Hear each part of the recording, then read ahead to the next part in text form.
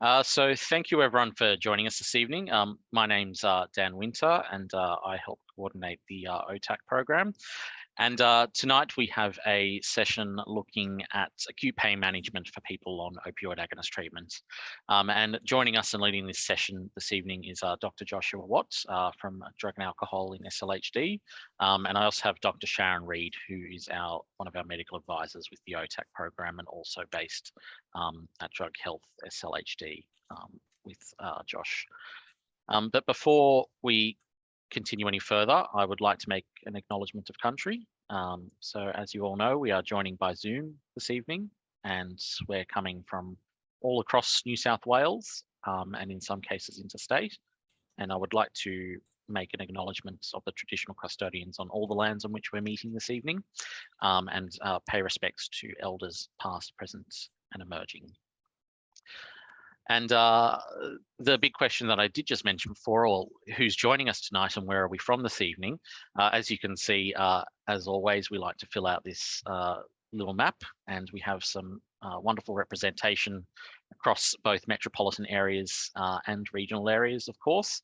And we also do have a few interstate individuals joining us as well. I don't have it on these slides, but in terms of the makeup of people who are registered, probably the largest prescriber group, if you will, would tend to be GPs.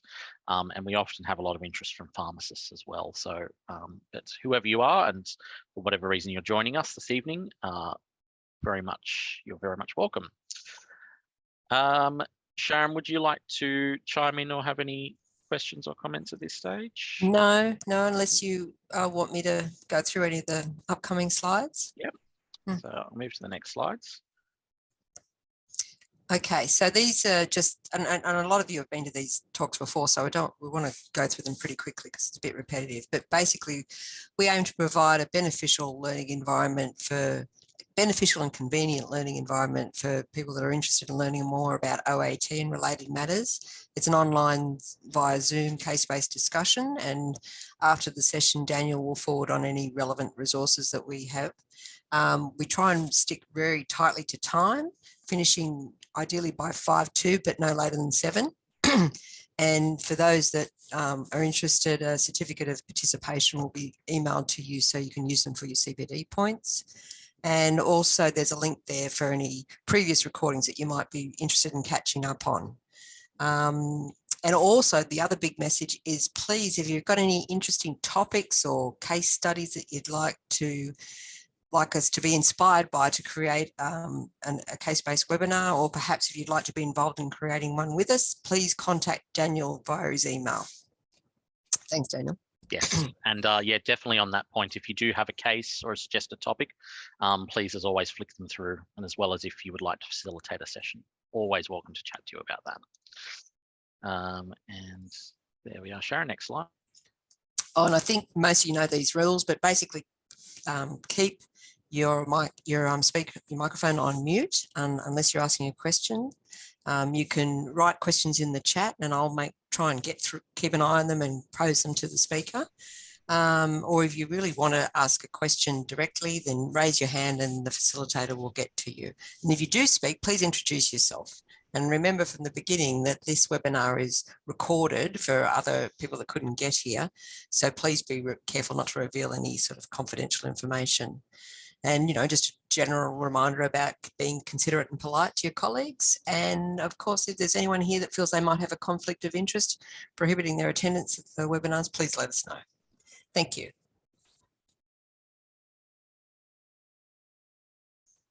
And this is just a reminder that the format of the cases, we usually allow 10 to 15 minutes per case, and then we use an online poll to try and get you a bit more engaged with the case, and ideally just a simple question and answer, and Daniel will manage the polls and he'll pop them up. So if you want to take jot down some little notes as we go, please do, but also be prepared to quickly complete a before and after pop-up poll. And when you're going through the experience, just think about what are the details about this case is important, what are the questions that I'm interested in getting answer to. And yep, that's about it, I think, Daniel. And the learning objectives, maybe I might even hand over to Josh to do this now. the learning Yeah, objectives? sure. Yeah. Thank you. Thanks, Sharon. Yep. So good evening, everyone. So my name's Dr. Josh Watt. I'm a GP by training, but also just recently completed addiction medicine training at RPA. I've been here for 4 years now. So really excited to join everyone tonight and talk about this issue. So hopefully by the end of the webinar, everyone will have an understanding of some of the challenges people on OAT can face when they have acute pain, an awareness of stigmatization of people on OAT and its impact on healthcare, particularly the pain experience, some basics of sort of decision making and risk assessing for people on OAT with acute pain, some of the key aspects that we want to focus on and think about are things like a risk assessment, knowing our patients, history, physical exam, collateral sources, safe scripts, which is fantastic, setting patient expectations, having a clear plan, the role of the patient's existing OAT in acute pain management, and some of the myths around pain management, the potential for additional opioids of a limited duration, and also non-opioid approaches to pain management. So I think we're probably on to the first case. I will just share my screen.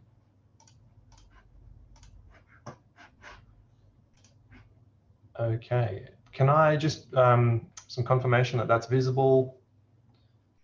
Yes, that's visible. Fantastic. So I don't think I can see sort of questions or anything with the screen as it is for me. So I'm happy to have those fed to me, or any comments or interruptions from either Daniel or Sharon, please feel free. But I'll launch into the first case. So we have a 39-year-old female who's on methadone 45 milligrams a day, which is daily dosing at a pharmacy. She presents to your practice worried that she may have an ankle fracture. So she rolled it getting out of her car earlier that day. So on examination, her ankle is mildly swollen, but she was able to wait there directly after the incident and walking into your office. You can't find any bony tenderness, and you suspect she probably has a lateral ligament complex sprain. So we're just thinking about this case and some of the issues, some of the questions that we might think about. What kind of approach to analgesia would we consider for this patient, given what we know about her at the moment? So an example might be, should we sort of look to increase her methadone as a way to manage her pain? So I think we have a poll now, which we can do.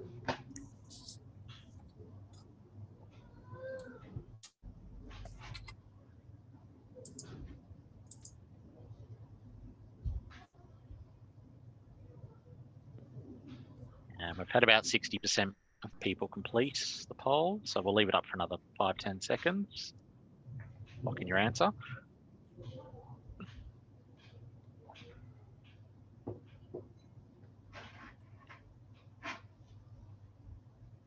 Okay, I might end that sort of initial poll there. And would you like me to share the results of that poll now, Josh? Yeah, I think we can. Yeah. Yep. No worries. There we go. So we've got about 85% of people that indicated no in this case. Okay. So I think, yeah, definitely a few things to think about with this case. And if we're thinking about sort of first line principles for management of someone that may have, say, a sprained ankle, the things that we're probably going to gravitate towards are simple analgesics, which are effective in patients on OAT. They still can provide pain relief. There's no significant cross tolerance to prevent them having an effect. Plus or minus, so paracetamol plus or minus an NSAID, depending on your practice with sprains and NSAIDs and patient factors. But also paying a lot of attention to non-pharmacological management of pain. So all the sorts of things we would consider doing for a sprained ankle with regards to immobilization, compression, elevation, encouraging a return to early mobilization, serial review to make sure that we're not missing something more serious. So I guess the question there is, could we increase the methadone? And we could, if we're her prescriber, you can theoretically do that. or are stronger opioids required? And I think they're both really interesting thoughts. My take with methadone and patients on methadone for opioid dependence is you're unlikely to get a lot of benefit if you increase someone's methadone dose for acute pain. You may get some benefit, but if we just think about the drug itself and its quite long half-life and several doses required to reach a new serum steady state, it's usually not ideal for acute pain management. And it may not be required in this case. And then we may have just sort of induced a patient onto a higher dose without necessarily needing to. And as a general principle, I think for acute pain for anyone, if we don't feel opioids are required and we can manage the pain through non-opioid drugs or non-pharmacological strategies, I think that's always the more reasonable option. And so this is probably what most of us would do for most of our patients, and I think it's really no different here for our patient on methadone. So we have I guess a repeat poll. Mm-hmm. We may not get too much of a change. So I think most people, it sounded like, wouldn't have wanted to increase the methadone in this case. And while everyone's filling out that poll, did anyone have any thoughts or your own experiences in the clinic with a case like this? You can either include that within the chat box or feel free to unmute yourself, of course. I guess, all right, can you hear me? Yep. Yeah. I guess, Josh, is there any, I mean, in terms of increasing methadone, is there any value in increasing it a little for a short period, like a couple of days, basically, just to get them over the hump? Yeah, and it's certainly something to consider for, I would think, sort of moderate or more severe pain, because it may help. It could have an analgesic effect. It's just that if it's not, if we don't think that it's required, I don't think it's best practice to do it unless we need to. But I certainly wouldn't be opposed to considering that as an option. So it wouldn't be like a first line approach. You might consider it if they were still struggling a bit the next day when you review them or something. That's, yeah, quite possibly, yeah. And just very briefly, we've now had 96% of people say that they probably wouldn't increase the methadone in this case. We have also had a comment from, is it Miller? I'm not too sure if I'm pronouncing that correct. You said you can also add NSAIDs, but you may not get adequate pain control. Yeah. That's certainly true. So I think one of the key principles here is serial review and making sure that we are assessing our patient frequently and not anchoring on to one treatment plan. Yeah. And I guess the other thing is also giving the patient, giving the non-pharmacological methods a really good go and talking to the patient about, how this could be managed in the population generally, that these sort of injuries don't require stronger analgesic and can usually settle within a days with rest ice compression elevation. So sometimes just some talking, do you think? Yeah, I think that's exactly it. So setting those expectations, allowing our patients to understand what our thoughts are. Many patients with OAT might have had poor experiences previously having their pain assessed and controlled, might be quite anxious about it and may feel that we're not listening to them or we might not listen to them. So, showing that we're understanding of the issues and compassionate, I think can go a long way. Yeah. And I guess also their anxiety may increase their perception of the pain. Absolutely. There we go. So I think we'll move on to the second case. So in this case, we've got a 35-year-old male who we prescribed sublingual buprenorphine, naloxone, Suboxone to. He's on 6 milligrams and he's receiving 6 takeaways per week. You have no sort of concerns about sort of clinical stability from the OAT perspective. He's fractured his clavicle in a soccer match. was seen an ED and had an X-ray and discharged with some follow-up, given some paracetamol and ibuprofen in ED, but nothing more than that, and presents to you with complaints of quite significant ongoing pain. So there's a few issues here to think about. We've got a patient with perhaps a more significant pathology who's on a different form of OAT, Suboxone, buprenorphine, as opposed to methadone, who's presented to you. Some thoughts around what analgesics could be indicated, what might we do? Could we increase the Suboxone in this instance? Is it likely to have an effect? So there's a poll now, is there too, Daniel? Yes. Yep. Yeah. Good, thank you.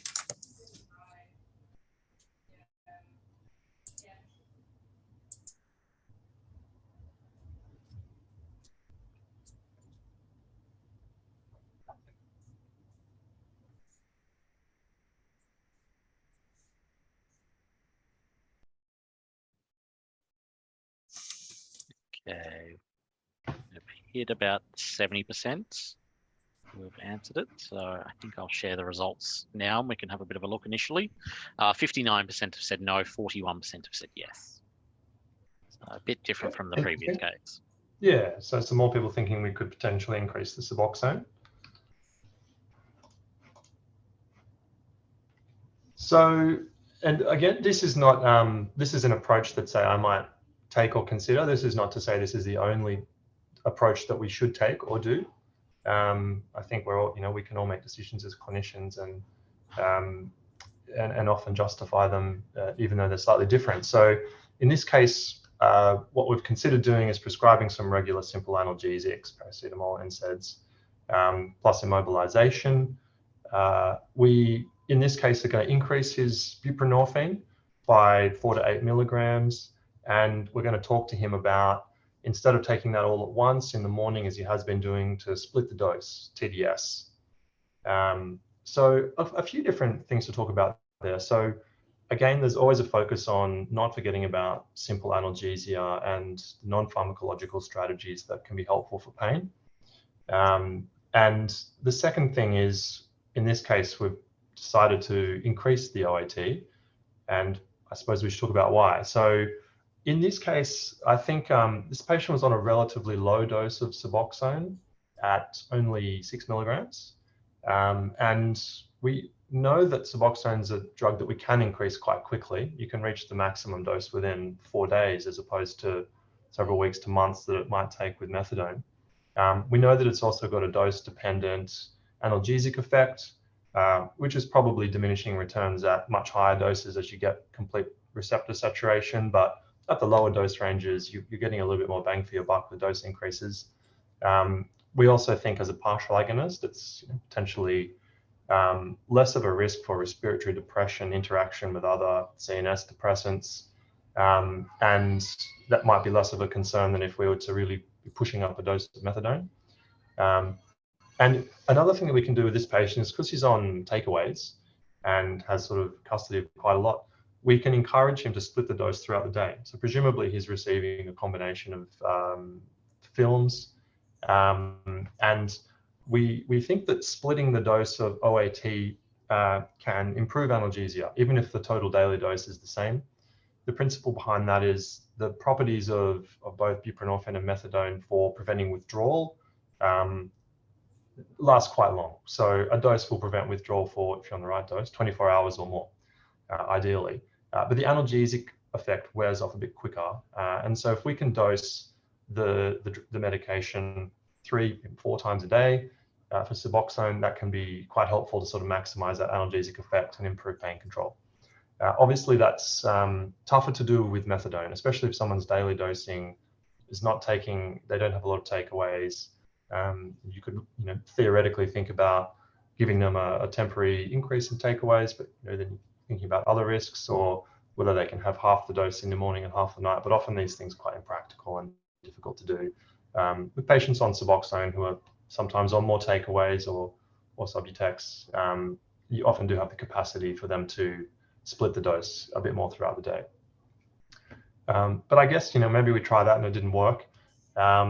and patient doesn't really want to go up any further on the dose, are stronger opioids required? And can we even use them, in fact, if a patient's opioid dependent? Is that the right thing to do? So the answer is sometimes it is. One of the great myths of pain management in people on OAT is that if you prescribe them an additional opioid for pain, you're going to worsen their drug dependency, and you're going to make their addiction worse, and outcomes are going to be bad for them, so you should not do that. It's not true, and we actually know that inadequately treated pain for people on OAT is a risk factor for multiple harms, including illicit substance use or other substance use in an effort to control pain. But of course, if we're using additional opioids, there are safety and regulatory considerations, particularly with the prescription of SA drugs. So these drugs, which will include things like oxycodone, morphine, certain preparations of codeine, tapentadol, are Schedule 8 under the New South Wales Poisons and Therapeutic Goods Act. They do require approval to prescribe to anyone that's considered drug dependent. If you look into the sort of the details of this legislation, I think it's a little bit open for debate what they mean by drug dependent, but they refer to an overwhelming desire for continued administration of the drug. So I think we could probably think of that in classic terms, someone with a substance use disorder or an addiction. And so you would need an SA authority to prescribe to an opioid to a patient if you thought it was appropriate. It is possible to do. I've been told by them that you can get a 24-hour turnaround if you call and mark it as urgent. A few things to note. If you are not their prescriber, you would need to have a letter of support from their prescriber in order to do this. Sometimes if we felt that opioids were appropriate, some doctors might prescribe S4 opioids instead. You have to bear in mind the limitations of drugs like codeine, which have quite variable metabolism, and tramadol, which is S4, but also has quite a lot of drug interactions. And I guess if we are considering prescribing an additional opioid, then we always want to adhere to principles of harm minimization for that. And so that's going to be things like consideration of quite limited durations of prescribing, perhaps 3 to 5 days for an acute pain episode.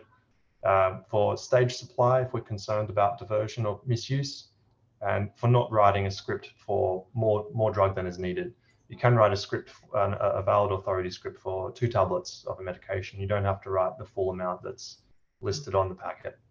And so those principles of stage supply, single pharmacy, having a clear discussion about duration of treatment and those expectations with the patient is really useful. And then I think we can make compassionate but also clinically appropriate decisions about pain management.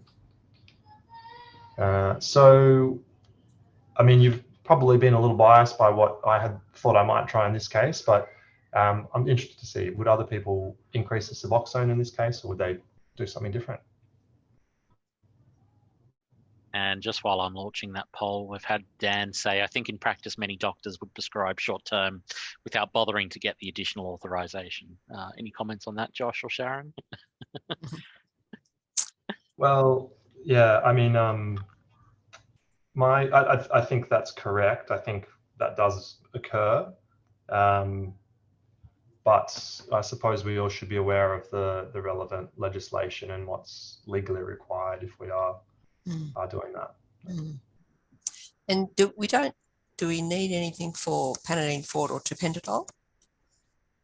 Tapentadol is an S8 drug. It would require a S8 authority. Panadine Forte is not, to my knowledge. It's an S4 drug. As long as it's in a preparation, we'll see your paracetamol, codeine preparations. Codeine is a solo drug by itself is S8, I believe. So very rarely prescribed. But yeah, co-formulations with paracetamol below 30 milligrams, I believe, are S4. If I'm wrong on that, anyone in the audience, feel free to correct me. But tramadol is the other occasionally prescribed S4 opioid.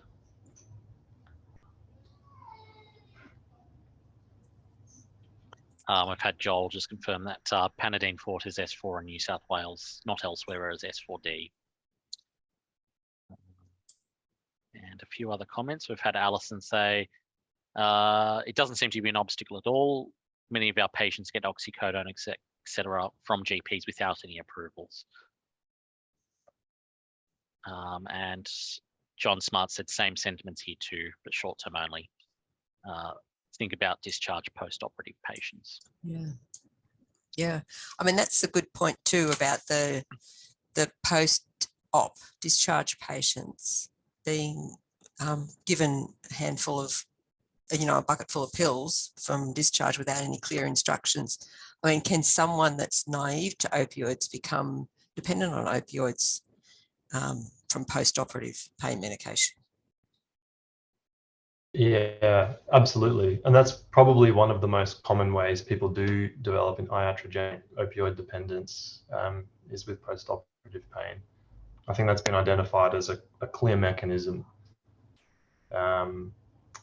And there's very limited evidence that opioids should be given beyond just the acute pain period, which is typically less than 7 days for most insults, even a surgical procedure in many cases. Which is very different to the patient being given an unlimited, like a full script of oxycodone to go on with, 5 days after they've had their procedure. Yep. Tolerance and withdrawal phenomena can develop even after as little as 7 days of continuous opioids, someone that's opioid naive. Mm. Yes. And just very briefly as well, just to share the results from that poll, we've now had 60% say that they would probably increase the Suboxone in this case.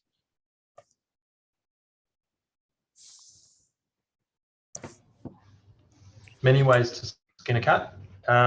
So yeah, just worth thinking about different options for what we can do. Mm.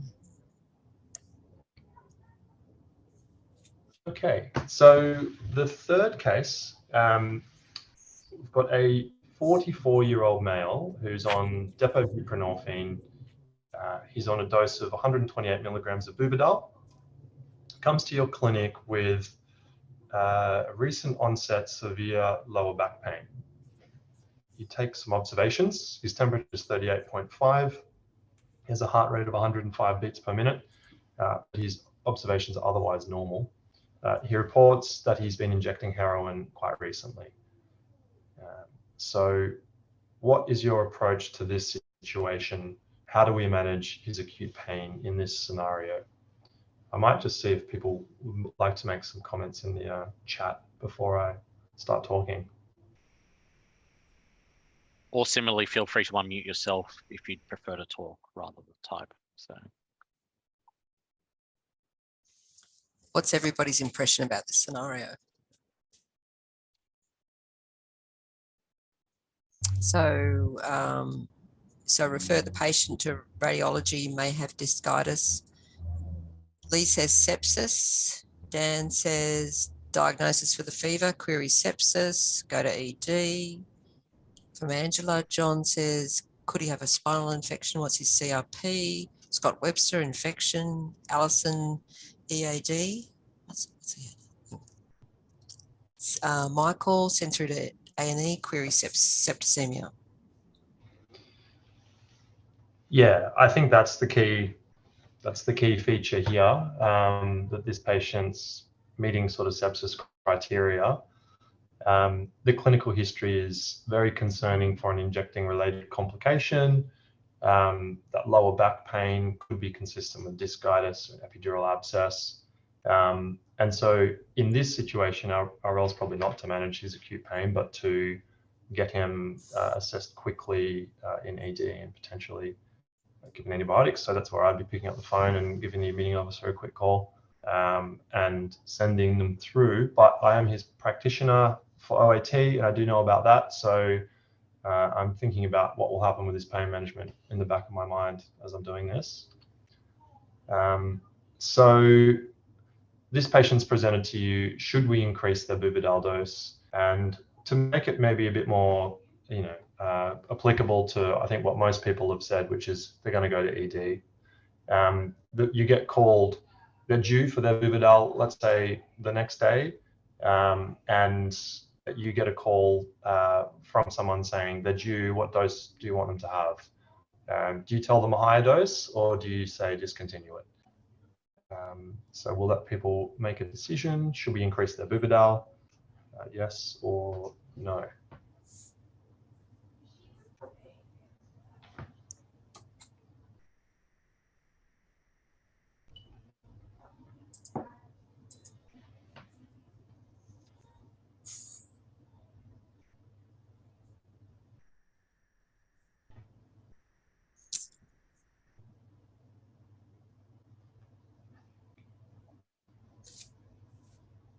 And Josh, does it matter if he's on weekly or monthly? I think that the principles here would probably be the same. Mm-hmm.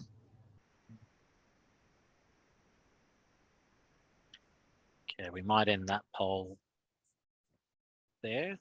So most people, 80%, have said no in this case, Josh. And Yeah. Joel makes a comment, it's due the subsequent day. That's right. Yeah. And so our decision is, should the dose stay the same, or are we going to increase it?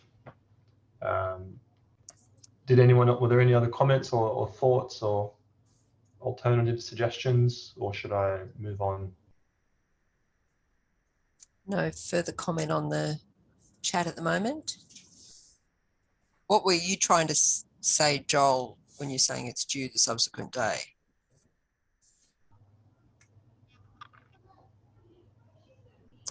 Michael says, was he underdosed and thus using on top? Then yes, increase. Yeah, that's actually a really good thought. Something that I hadn't thought of when I wrote the case. So okay. you would, I think, anyone that's using on OAT, you should be wondering if the dose needs to go up. Will be tough for us, I guess, to assess if he's in hospital, why he was using heroin, if he's getting ongoing cravings, or it was a once-off because there was a stressor, but otherwise his dose is perfect. But certainly that's something that you would be thinking about going forward.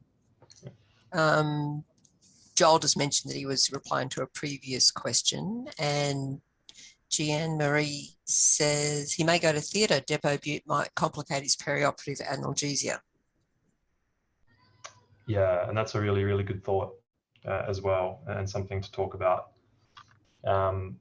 So in this case, and I will talk about that in a second. So you refer this patient into ED. They diagnose him with epidural abscess and discitis, and they do end up calling you for some advice on pain management. And so then these thoughts come about. So I recognize that this scenario may not happen a lot of the time, and there may be, depending on the service, and an acute pain service that's going to manage, or addiction specialist, but not always. And depending on where our guests are from, there could be some practitioners who are very involved in acute pain management in a hospital setting as well.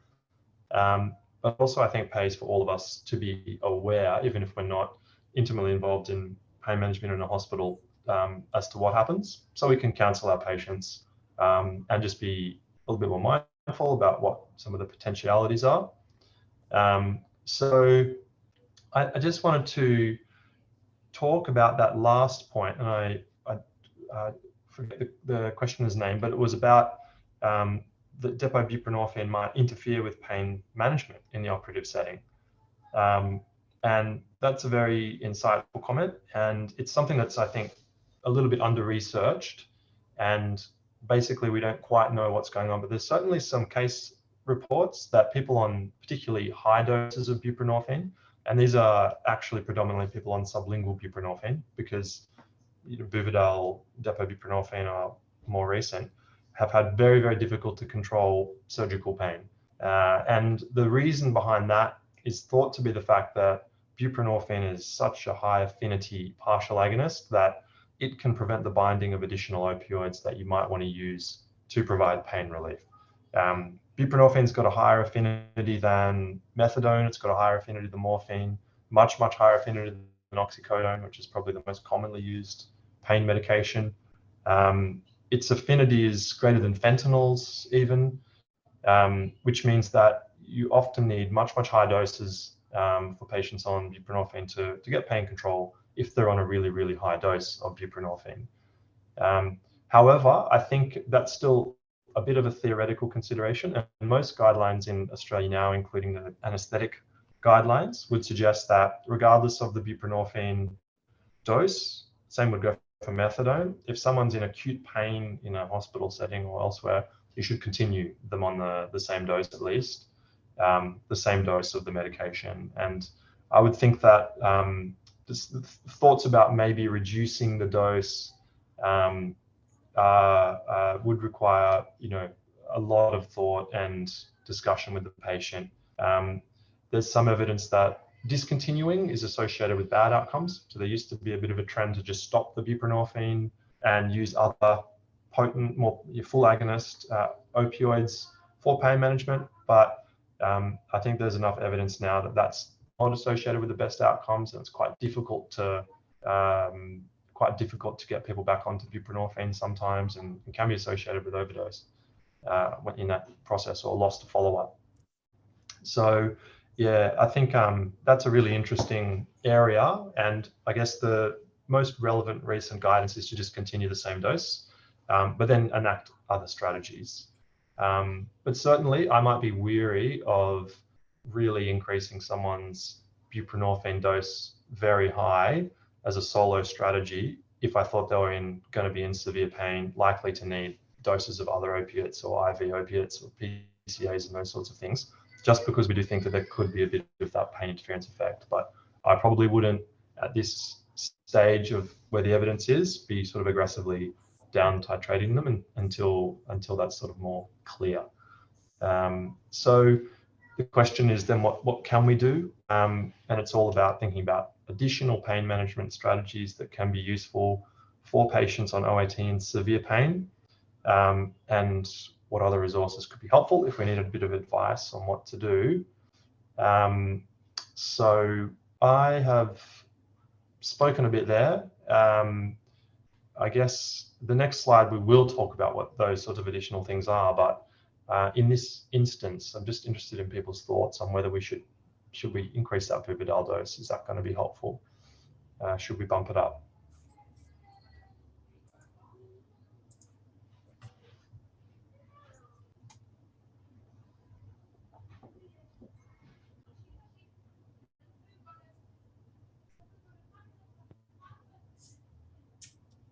Apologies for the background noise as well. I couldn't find my headphones.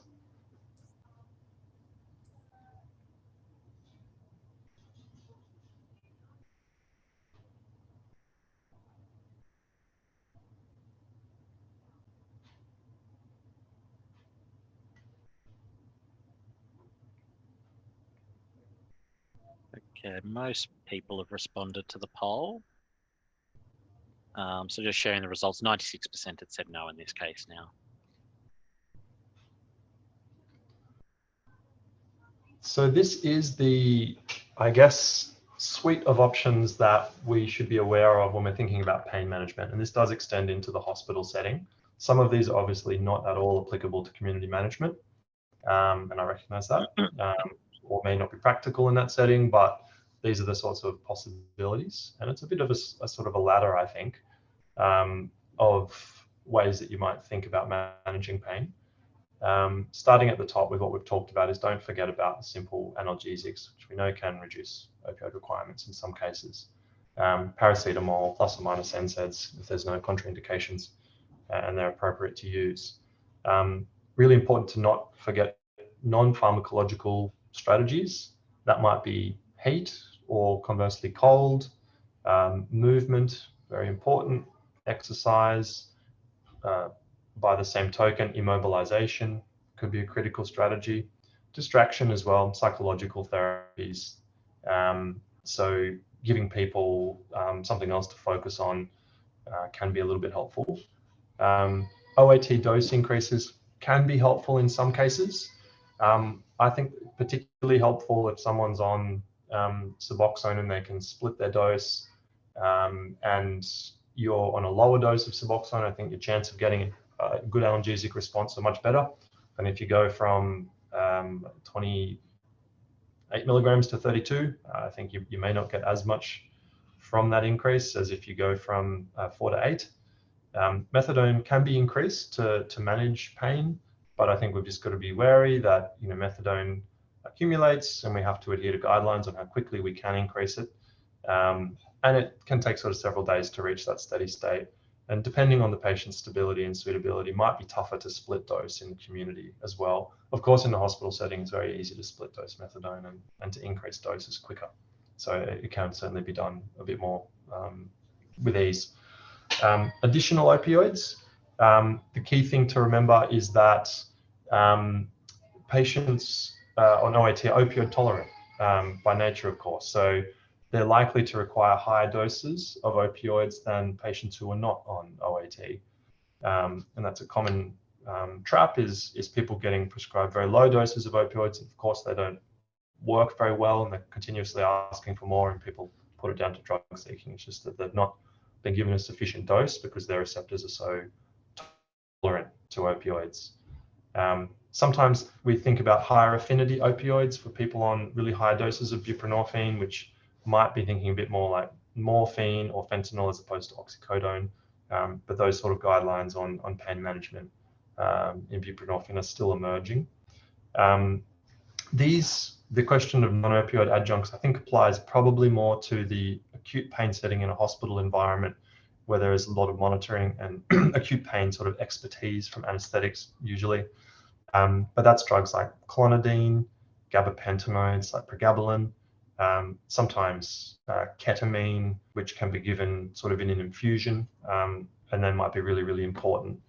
And so while you're not setting up a ketamine infusion in your clinic, in the community, it's something that if someone calls you and they're asking for, we've got intractable pain in this patient of yours on buprenorphine or methadone, do you have anything further to add? You might suggest, have you used non-opioid adjuncts? Have you considered things like ketamine if they've got that available?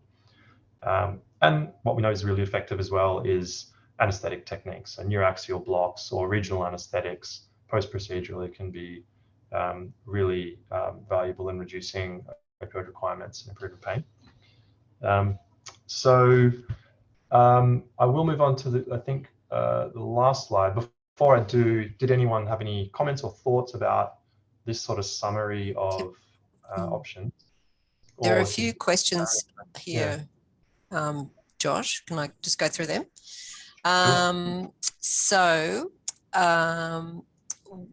Would there be any benefit to increasing Buvidal if it were a weekly preparation?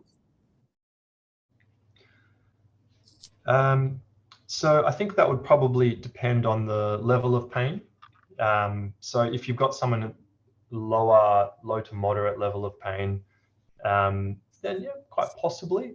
If we're thinking, if it's a case where we would have confidently thought we were going to increase Suboxone, someone's on a weekly Buvidal, why not try a dose increase? I wouldn't see any particular problem with that. Also, you can go back down the next week if they don't need that anymore. So that could be an interesting and useful strategy to get a little bit of pain control for that week. Probably another consideration as well with dose increases, of course, is perhaps the driving safety for those clients if they're having an increase in dose. Any comments on that, Sharon and Josh? That's a good point. Yep. Yeah, you're right. That's an excellent point. So maybe advise that they not particularly drive in those periods where they have had a dose increase. Yeah, if someone's dose is not stable and we're increasing it, they should be warned that they could get sedating effects, and we would probably advise them to not drive. And did I ask this one? What would you have done for the man with the fractured clavicle if he was on methadone and not bup? If I knew the patient well and I thought he was in significant pain and the non-opioid analgesics hadn't really worked, and I would probably consider a short course of additional opioids for him, something short acting with a quicker onset than a methadone dose increase. So I really don't like codeine as a analgesic or tramadol for reasons I've mentioned before, because I think they can be a bit unreliable in their effect. So I might consider a short course of controlled dispensed oxycodone for him with some very clear expectations set at the start. I think a methadone dose increase is a possible strategy that you could do as well. I just, in my experience, have not seen that work as effectively for people in the community who have like an acutely painful situation. Sometimes more if it's like a subacute chronic type of painful situation, it might be more useful. But I just think that delay to peak, the longevity of it, the several days before you get to a new steady state, the fact that we would ordinarily never increase a long-acting opioid or use a long-acting opioid for acute pain control for someone else makes me want to use, if I thought was safe, with some guidelines, a short-acting opioid. Yeah, Alison's suggesting, she's had suggested to her 10 Phyceptone tablets for moral support in the past by an addiction medicine specialist. So that's giving them... Changing to Phyceptone for a short period of time? I don't know whether it's over and the implication is whether it's over and above his existing methadone dose. Is that what you mean, Alison? Let us know. Alison says extra. So in addition to his methadone. Yeah, I guess pharmacologically, I guess it's the same thing. So you're using Phyceptone. You could split dose, that would be the thing. If someone's getting tablets, I think you do need to consider the regulatory requirements that we would have around using tablet methadone, which would usually require a separate application to PRU. It's even on the new forms they put out. So I can understand the pragmatic reasoning behind that, though. I'd be a little bit worried about them taking them all at once, perhaps. Well, that's where we would need to consider patient selection. If I had someone that had unstable substance use, they were on a bunch of other hypnosedatives, they were still using, I was not confident to give them takeaways, I'd be pretty unlikely to give them large amounts of opioids. But that's where we've got people can go to the pharmacy every day for a stage supply and pick up if you thought that was appropriate. Do you know if a non-accredited prescriber can increase the OAT dose? John Holmes asks. A non-accredited prescriber. So I would have thought the non-accredited prescriber, that was more a limitation on the number of patients that you could prescribe for as opposed to the way you prescribe, but I could be wrong on that. Yeah, as far as I'm aware, it's only really a cap on the amount of patients, not particularly a dose per se. I do know that within the guidance, it does say, particularly for those who are unaccredited and perhaps wanting more support, to, of course, seek a second opinion if you have any concerns, and of course, contact DASIS, for instance. It particularly does say that for someone that is on methadone, but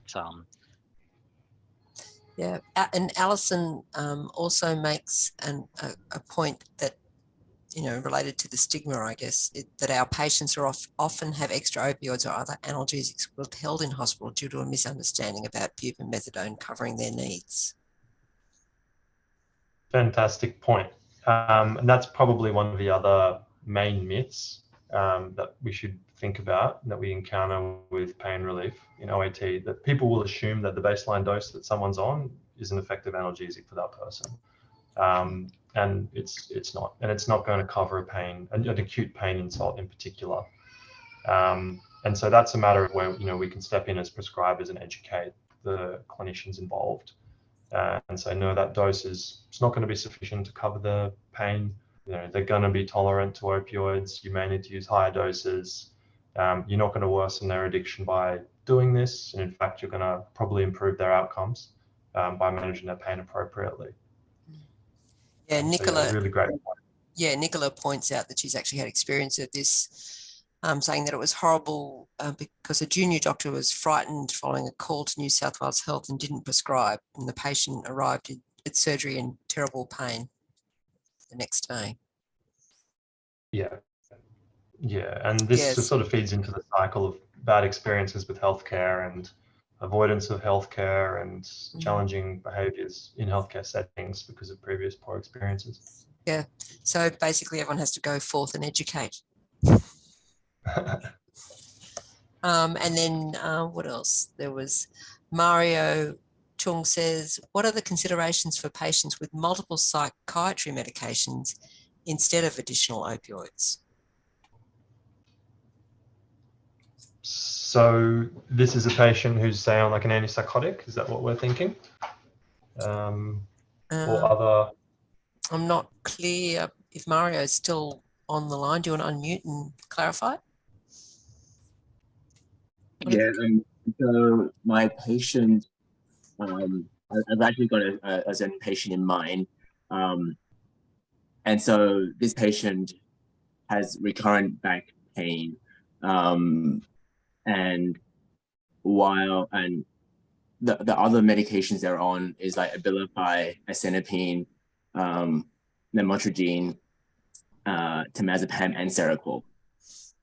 And on top of that, we're trying to manage her back pain, of which we've already tried NSAIDs, Panadol, Norflex, codeine, and endone. And on top of all that, we've already sent to a pain specialist, except she hasn't gone yet. She's keeping going in and out of psychiatric mental health inpatient, and in which case they don't prescribe any of the pain medications. And so, yeah, it's just a little bit of a, I guess from my point of view is that when you were saying about how with additional opioids, you can, you might have to take, they might have to give a little bit more to get adequate pain control. With multiple psychiatric medications on board, I'm concerned about multiple side effects while trying to get adequate pain control, given that all the side effects are very similar and will probably increase her tolerance to the opioids as well. Yeah, that's a really challenging case. We have tried Tapentadol.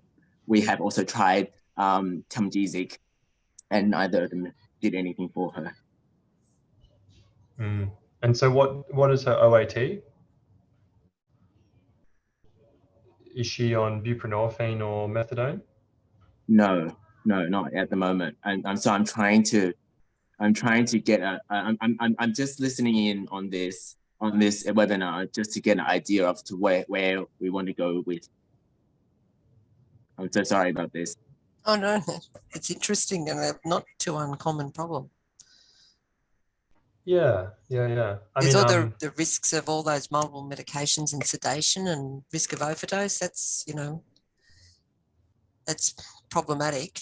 And I don't know about an access to a local pain service, maybe, but they take because they often can be quite good at bringing in the multidisciplinary team to try and sort these people out, psychiatry and counselling and physiotherapists. But the problem is the wait list, isn't it? Yeah, it's complex. The patient does sound extremely complicated. I would be putting my hand up and trying to get them into a chronic pain service, as it sounds like you have. And there's multiple risks there, obviously, with all those different CNS depressing medications that they're on. I'd have to wonder if they've got an opioid use disorder potentially. So if they've had that assessment. I don't think so. Okay. What do you think? So, the psychiatrists don't think. I don't know. What do you think? Mario? Sorry, what was that? What do you think I mean, the psychiatrists don't think she has an opioid disorder. What do you think? I think her belief of her pain is not well. I think that while she's not a drug seeker, she doesn't actually understand what we're trying to achieve with her pain relief, and so it takes further education. Mm. Yeah. And how long has she had this pain for? Is this a? It's just recurrent back pain. It's just mechanical back pain that just keeps coming back because of disc prolapse. Yeah. And so it's not even chronic pain. It's just recurrent acute pain. I'd wonder if there was some element of chronic pain as well to this case, which I guess is a different talk to what we've got today. And sorry about that. I didn't. I was trying to make my question about as vague as possible. No, it's interesting, but it is. Yeah, I mean, like someone like this ideally needs that multidisciplinary approach by the sound of it. But I guess as a prescriber, you've got to feel comfortable that, you know, you're not putting her at risk, you know. Try and, you know, and often I have these conversations with patients I see that are requesting multiple things, and you know, I'm very I really am reluctant to engage with adding more to the mix or increasing doses and potentially discussing de-prescribing.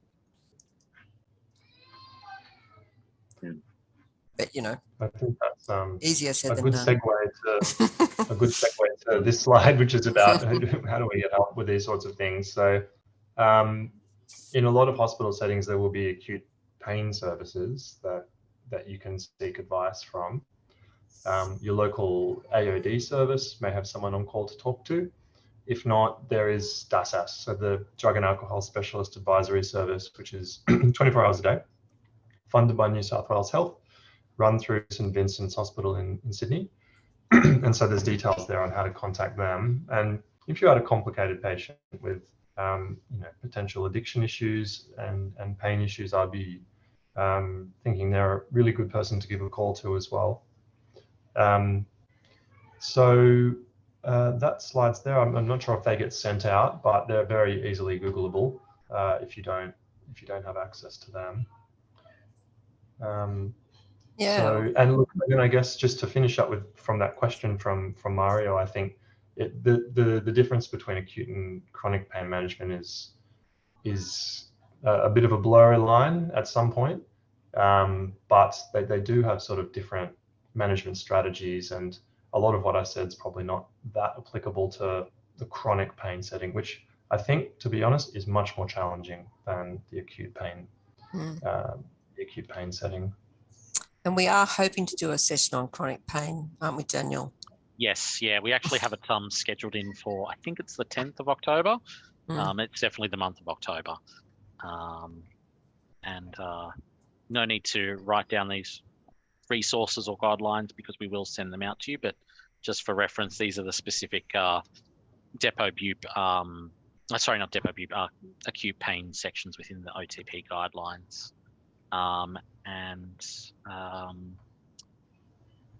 Josh, would you be able to go to the next slide? Yes. So that's pretty much all for this session, unless Sharon or Josh have any final thoughts or comments. No, well, thank you everyone for coming and your great questions, and good luck with this. Yes, I think I did see David say that maybe we can assist with some follow-up if needed, so I might have a chat with Sharon offline about that. But our next session is looking at the role of SafeScript New South Wales with OAT, and we have Stephen Ling, who's part of the SafeScript team, as well as a nurse practitioner in Hunter, New England, who's leading that session on the 15th of August. And as mentioned, we do have other upcoming sessions planned, including that chronic pain management session in October. We're also hoping to do one on QT prolongation, mental health, and more. And if you have any clinical questions or patient cases you would like to discuss or suggest, please feel free to send me an email and we can help arrange that. And similarly, if you do think that you have a topic that's worthy of presenting and you yourself would like to present, specific case, get in touch. We're always looking for presenters to lead these cases. Yeah. Sessions. Yeah, and perhaps Mario could create a case study, inspired by his patient that we could put to the chronic pain people. It's down the track though, so it's not going to be a prompt answer, but might Definitely, be something to learn from. Yeah, no, definitely. Wonderful. I think we will end it there. Yes, I have noticed 7:03. 7:03, so we better all head off home and enjoy our dinners. Mhm. I'm just seeing if there are any final. David did say worth following up. Camilla said, is there access to acute pain services outside the hospital setting? That's probably a good question. Josh, Sharon? Yeah, I think that'd be challenging. You could always try calling though and saying, can I get some advice? And they should be happy to give you some advice. Yeah, I would try calling that hospital. No, wonderful. I think we best end it there, but thank you everyone for your time, and have a wonderful evening.